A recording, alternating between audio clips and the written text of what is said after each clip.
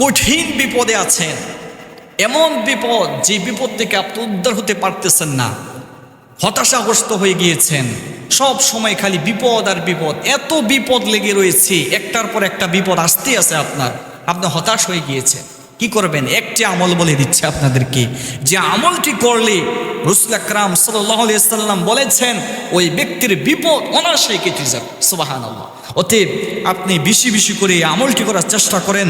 এই আমলটি দৈনিক 100 বার পড়বেন, যেটা সূরা আল ইমরানের 173 নম্বর মধ্যে এই আয়াতটি এসেছে। সূরা আল ইমরানের 173 নম্বরে আয়াতটি বলা হয়েছে, রব্বুল আলামিন বলেছেন, হাসবুনাল্লাহু ওয়া নি'মাল ওয়াকিল, হাসবুনাল্লাহু ওয়া নি'মাল ওয়াকিল, হাসবুনাল্লাহু ওয়া নি'মাল ওয়াকিল।